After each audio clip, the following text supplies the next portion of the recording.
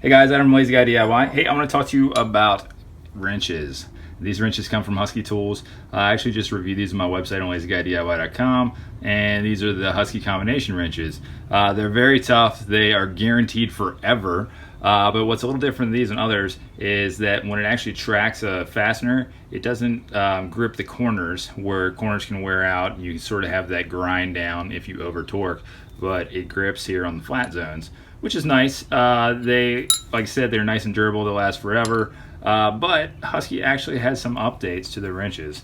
And one of these here, this is from the 100 series. But before we get to the 100 position, we're going to talk about there's a little piece of metal in here that gives way with the spring. And the reason for that is it actually works like a ratchet. So you tighten and it ratchets back, it gives way. So in a tight space, you can use these things just like you would a socket or a ratchet. So that's pretty cool.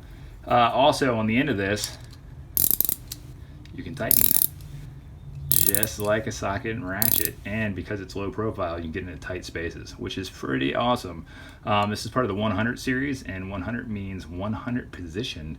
So just the littlest bit, I think it's like 3.6 degrees, you can get enough to wiggle there and tighten stuff, which is crazy if you're in a tight space.